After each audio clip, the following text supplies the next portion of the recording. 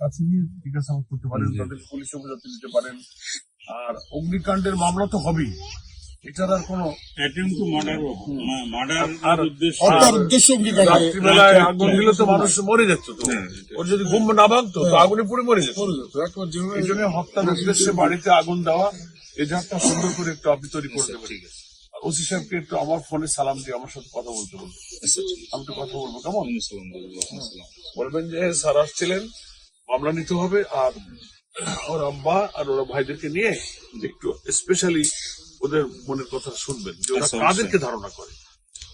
মানুষ সাসপেক্টেড ব্যক্তিদেরকে জিজ্ঞাসা করলে মামলা নাম উল্লেখ করে এদেরকে আপনি অ্যারেস্ট করবেন, জিজ্ঞাসাবাদ করে আইনের আওতায় নিয়ে যাবেন। কারণ এটা যদি এখন না হয় আবার কিন্তু এখানে শুরু করে সাহস পাবে, বলবে যে ও তাহলে এখানে করেনি।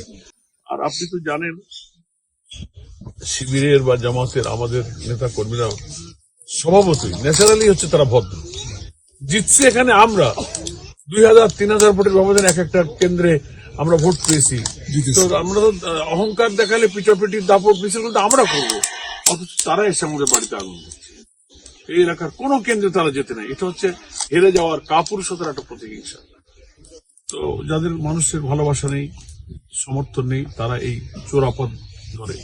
তা আমার কথা থাকলো যে আপনি করবেন, আর আমি পুলিশ কমিশনের সাথে কিন্তু কথা বলবো কোন রকম মামলা যেন গাফিলতি না হয়, এবং এদের সাসপেক্টেড পার্সন যারা এদের কাছে শুনে জবানবন্দি নিয়ে রেকর্ড করে। আর আপনারা যেহেতু স্পট ভিজিট করে গেলেন, আপনার তো প্রিয় দেখে গেলেন কেরোসিন তেলের বোতল, এগুলো নিয়ে আপনার আইও রিপোর্ট এবং এদের জবানবন্দি নিয়ে মামলাটা একটু ভালো করে দেবেন। ঠিক আছে, ঠিক আছে। ওই যে আমাদের সাব ইন্সপেক্টর